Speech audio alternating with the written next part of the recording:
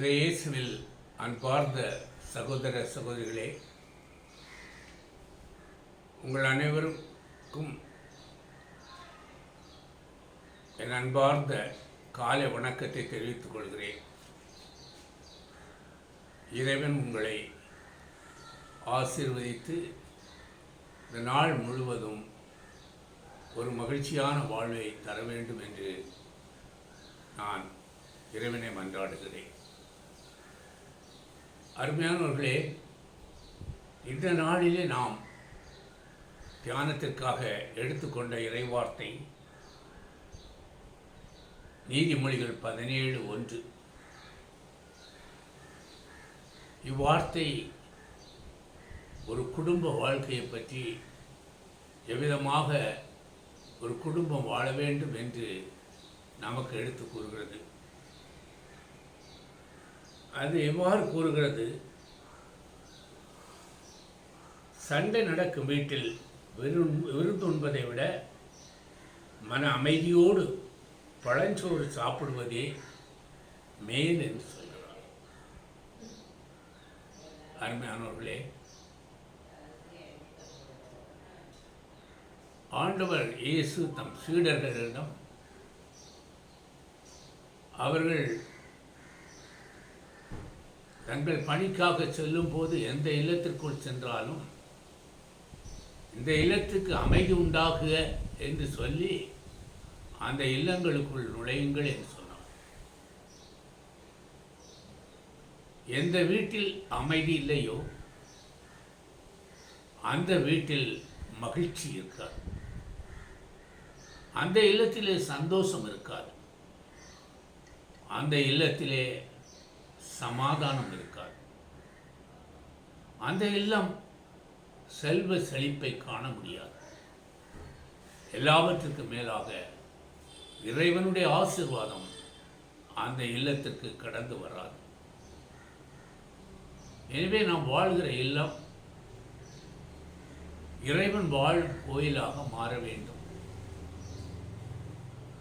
இறைவன் நாம் ஒவ்வொருவரும் இந்த உலகத்தில் அமைதியாக வாழ வேண்டும் என்று அவருடைய விருப்பம். எனவேதான் அவர் உயிர்த்த ஆண்டவராக அவர் உயிர்த்து வந்து சீடர்களை சந்தித்த பொழுது முதலாக அவர் சொன்ன இறைவார்த்தை உங்களுக்கு அமைதி உண்டாகுது என்று.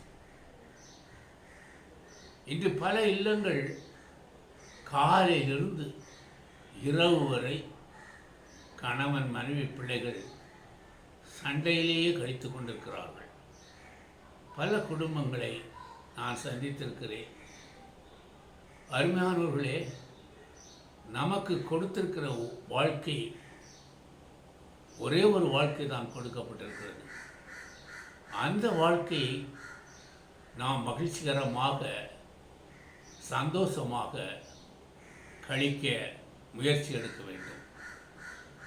அந்த வாழ்க்கையை சண்டை போட்டு சச்சரவு பண்ணி பிரச்சனைகளை கொடுத்து உள்ளத்திலே மகிழ்ச்சியை எடுக்க சமாதானம் இல்லாமல் வேதனைகள் நடுவே நாம் வாழக்கூடாது என்பதே இறைவனுடைய விருப்பம். எனவே தான் அவர் சொல்கிறார், ஒரு இல்லத்திலே சண்டை நடக்கும் என்றால் அந்த இல்லத்திலே எவ்வளவு பெரிய விருந்து இருந்தாலும் அந்த விருந்தை நாம் உண்ணக்கூடாது என்று சொல்கிறார். அந்த இல்லத்திலே அந்த சண்டை சச்சரவு நடுவே எவ்வளோ பெரிய விருந்து செய்து கொடுத்தாலும் அந்த இல்லத்திலே அந்த உணவை நாம் சமாதானமாக உண்ண முடியாது, மகிழ்ச்சியோடு உண்ண முடியாது. எனவே தான் அவர் கூறுகிறார், சண்டை நடக்கும் வீட்டில் உண்பதை விட மன அமைதியோடு பழஞ்சோறு சாப்பிடுவதே மேல் என்று சொல்கிறார். குடும்ப வாழ்க்கையில் கணவன் மனைவியும் எப்பொழுதும் மன அமைதியோடு வாழ வேண்டும் என்பதே ஆண்டவருடைய விருப்பம். குடும்பத்தில் இருக்க ஒவ்வொருவரும் மன அமைதியோடு வாழ வேண்டும் என்பதே இறைவனுடைய விருப்பம்.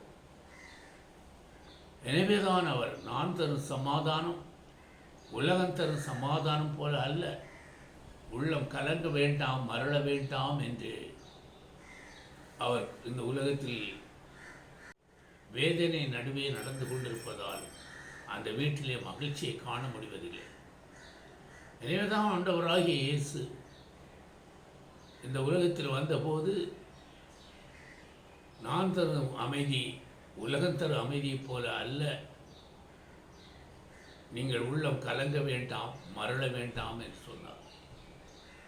எனவே நம்முடைய இல்லம் ஆண்டவருடைய அமைதியை கொண்டிருக்க வேண்டும். எவ்வளவு பிரச்சனை வந்தாலும் கணவன், மனைவி, பிள்ளைகள் ஒருவரை ஒருவர் மன்னித்து, ஒருவரை ஒருவர் ஏற்றுக்கொண்டு, ஒருவரில் ஒருவர் மகிழ்ச்சி காண்டு நாம்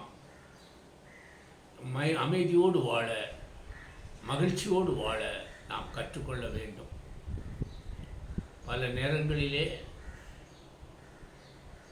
கருத்து வேற்றுமைகள் வருவது சகஜம்தான்.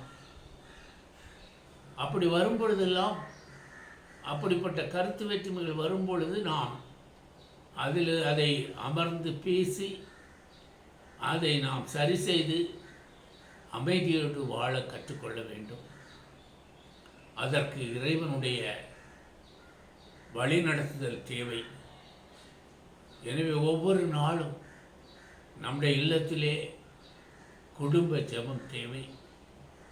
நம்முடைய பிரச்சனைகள், நம்முடைய கவலைகள், நம்முடைய கண்ணீர்களை நம்மிலிருந்து எடுத்து போட்டு நமக்கு ஒரு நல்வாழ்வு கொடுக்க நமக்கு ஒரு இறைவன் இருக்கிறார். எனவே அவரிடம் நாம் நம்முடைய குடும்பத்தை ஒவ்வொரு நாளும் சமர்ப்பித்து ஒரு அமைதியான, சமாதானமான, நல்ல ஒரு குடும்ப வாழ்க்கையை நாம் கட்டி எழுப்ப வேண்டும் என்பதே இறைவனுடைய ஆசை. சாலமன் தன்னுடைய நீதிமொழிகளிலே இதை மிகவும் ஒரு ஆணித்தரமாக கூறியிருக்கிறார். எனவே அதை நாம் ஒவ்வொருவரும் அதை கடைபிடித்து, ஞானமுள்ள பெண், ஞானமுள்ள ஸ்திரீ தன் வீட்டை கட்டுவாள் என்று சொல்கிறார். அருமையானவர்களே, ஒரு இல்லத்தின் அரசி, இல்லத்தின் தலைவி, அவள் இறை ஞானத்தோடு அவள் தன் குடும்பத்தை கட்டி எழுப்ப முயற்சி எடுக்க வேண்டும். இல்ல தலைவன் அவன் கடவுளுக்கு பயந்தவனாக நேர்மை நீதியோடு வாழ்ந்து தன் குடும்பத்தை கட்டி எழுப்பி இல்லத்திலே மகிழ்ச்சியை இருவரும் இணைந்து கொண்டு வந்து ஒரு சமாதானமான, மகிழ்ச்சிகரமான இல்லமாக நம்முடைய இல்லம் அமைய வேண்டும்.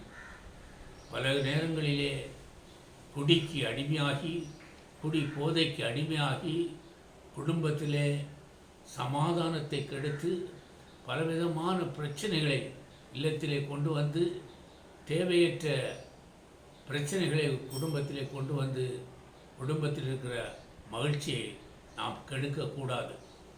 அப்படி கெடுக்கிற இல்லத்திலே அவர் அதுதான் கூறுகிறார், சண்டை நடக்கும் வீட்டில் விருந்துண்பதை விட அமைதியோடு பழச்சோறு சாப்பிடுவது மேல். ஒருவேளை பெரிய சாப்பாடு சாப்பிடுவதற்கு வசதி இல்லாமல் இருக்கலாம், ஆனால் உள்ளத்திலே அமைதியோடு சமாதானத்தோடு போதும் என்ற பொன்மனம், பொன் செய்யும் மனம் சொல்வார்கள், இருப்பதை மகிழ்ச்சியோடு அனுபவித்து சமாதானத்தோடு வாழ்வை நடத்தும் பொழுது அந்த இல்லம் இறைவனால் ஆசீர்வதிக்கப்படும். அந்த இல்லத்திலே பழச்சோறு சாப்பிட்டாலும் நம்முடைய உள்ளத்திலே மகிழ்ச்சி இருக்கும். எனவே அந்த மகிழ்ச்சியை நாம் ஒவ்வொருவரும் தங்க வைப்பது நம்முடைய கடமை. அப்படிப்பட்ட இல்லங்களிலே இறைவனுடைய ஆசீர்வாதம் தேவை. அந்த இறைவனுடைய ஆசீர்வாதத்தை நாம் பெற்று நம்முடைய வாழ்க்கையை, நம்முடைய குடும்ப வாழ்க்கையை நல்ல முறையில் கட்டி எழுப்ப நம் இல்லம் இறைவன் வாழும் இல்லமாக மாற வேண்டும். எப்பொழுதும் நம்முடைய கதவு இறைவன் வருவதற்கு திறந்திருக்கட்டும். அவர் உள்ளே நுழைந்து நம்மோடு விருந்து உண்ணும்படியாக நம்முடைய வாழ்க்கையை அமைத்து நாம் வருகிற நாட்களிலே ஒரு அமைதியான வாழ்க்கையை நீங்கள் கட்டியெழுப்பும்படி உங்களை அன்பாக கேட்டுக்கொள்கிறேன். நன்றி, வணக்கம். அன்பு தந்தையே தேவா, நான் தரும் சமாதானம் உலகம் தரும் சமாதானம் போல அல்ல, உள்ளம் கலங்க வேண்டாம், மரள வேண்டாம் என்று சொன்னேன். ஆண்டவரே, அமைதி இல்லாமல், சமாதானம் இல்லாமல், சண்டை சச்சரவோடு வாழ்கிற இல்லங்களை உங்கள் கரத்திலே ஒப்புக் கொடுக்கிறோம். இந்த செய்தியை கேட்கிற மக்கள் தங்கள் குடும்பத்திலே அமைதியும் எவ்வளவு கருத்து வேற்றுமை இருந்தாலும் அவையெல்லாம் விட்டுவிட்டு ஒருவரை ஒருவர் மன்னித்து ஒருவரை ஏற்றுக்கொண்டு ஒருவரை ஒருவர் மகிழ்ச்சிக்கான சமாதானத்தின் இல்லத்தை கட்டி எழுப்பும்படியாக இயேசு நாமத்திலே மன்றாடுகிறேன். ஆமென்.